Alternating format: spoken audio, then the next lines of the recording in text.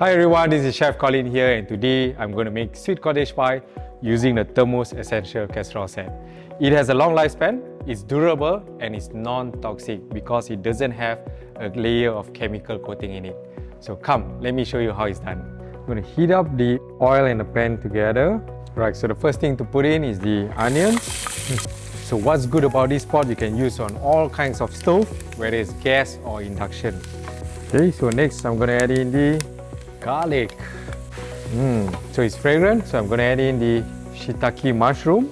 I'm going to add in the green peas, a bit of the herbs, saute till it's slightly soft before adding in the chicken and also the carrots. Okay, so it's time for the chicken to go in. So this is a minced chicken. Okay, so I'm going to add in the carrots.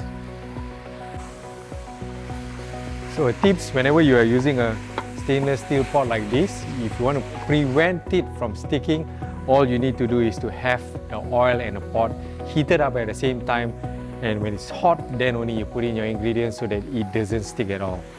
So it's very easy to use. Okay, so the chicken is 3/4 cooked now. So I'm going to add in the cream. So I'm going to season it with some coarse black pepper, and I'm going to season it with some salt. Gonna give it a good stir. Right, so this is done, and let's transfer this to a casserole dish, and later you're going to steam the sweet potato. Right, so now it's time to steam the sweet potato. Alright, so I'm going to steam this for 10 minutes, and I love this design over here because it's so convenient. I can put my spatula, I can put my ladle over it while I'm steaming or while I'm cooking it. Alright, so the sweet potato is done, and I'm going to remove it. And before that, I'm going to show you this heat-resistant finger press.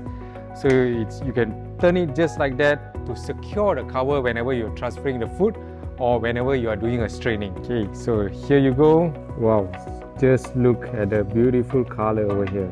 Now I'm going to mash it. Okay, so I'm going to put in the butter. I'm going to put in the cream. Put in a bit of pepper in there and also a bit of salt.